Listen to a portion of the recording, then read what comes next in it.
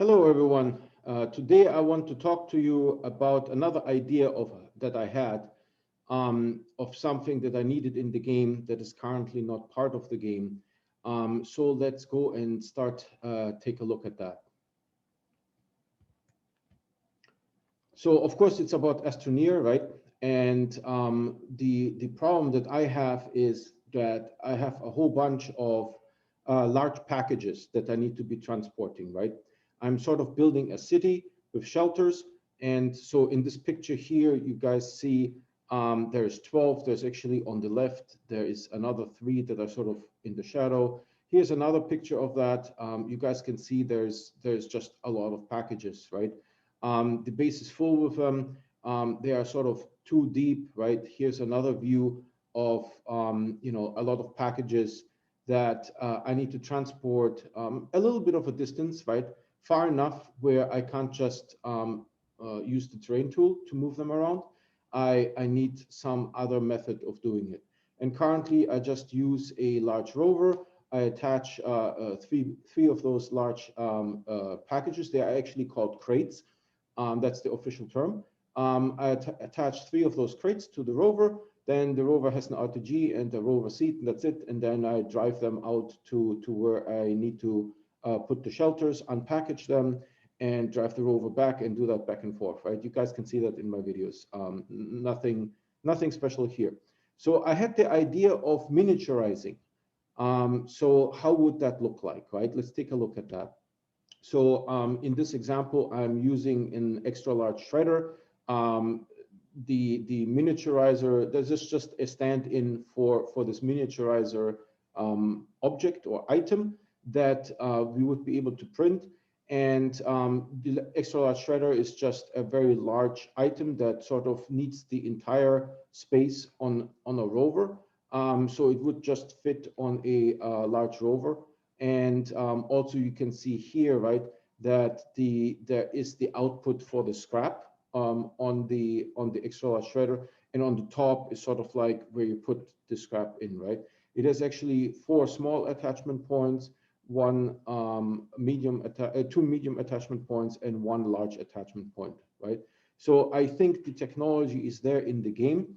And so how would that miniaturizer work, right? So first of all, you can only miniaturize crates. You can't just take an item like a smelter and miniaturize the smelter. You first would have to package the smelter, which in this case would make a medium crate. And then you could miniaturize the medium crate, right?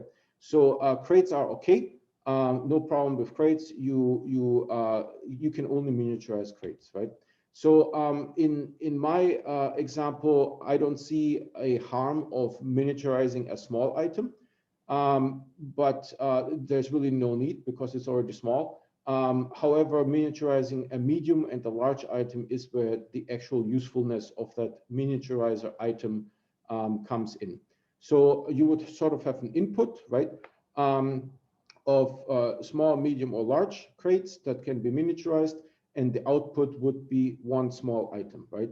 And that small item is when you hover with the mouse over it, you would sort of get a tooltip that shows what that item is. Oh, okay, this is a smelter, or this is a shelter, or something like that, right? But you could not unpack that small item. That's the trick here, right? Lots of games have conveyor belts in them, right? Fallout 4 has conveyor belts in its automation. Satisfactory has conveyor belts, right? I think Astroneer is not a conveyor belt game, right? It is not that industrious, I feel. So miniaturizing something is a good alternative solution that will work as well.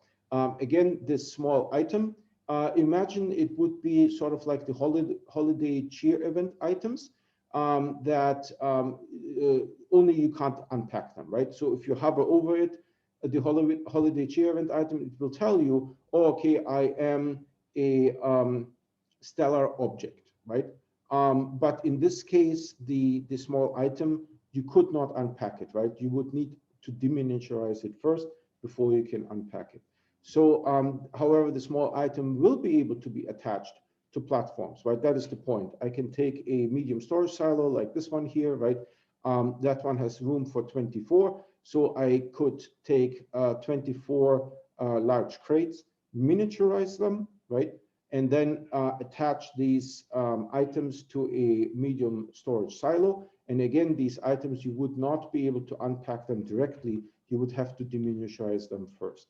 So how does the deminiaturizing look like? Well, you take the small item, you attach it to the deminiaturizer. In this case, it's again a extra large shredder, right? Just because it's you know, a large size item. It has also the scrap output. So maybe the small item, you attach it to the scrap output, and then the deminiaturizer would create either a small crate, a medium crate, or a large crate. Pretty straightforward, right? And these crates then are like any other crates. They can be unpacked, and this whole principle would allow you to just transport the items across large distances, right? Also, the miniaturizer does not have to be the same item as the deminiaturizer. They could be two separate items, right? That's fine. They could also use some resources. So maybe graphite is a resource that we use for packaging. So maybe the miniaturizer also needs graphite to package something. It could be also a different item, right? Doesn't matter. And the deminiaturizer may need a different item, or may need just energy, right, or something else. But again, these two items don't have to be the same. So short and sweet, that is sort of like my idea about how we can transport hundreds of large crates across large distances. So thanks for listening. And if you have any questions or feedback, please put it in the comments of the video. I appreciate it. All right, so you guys take care. This is all I had for today. Thank you very much for listening. Bye.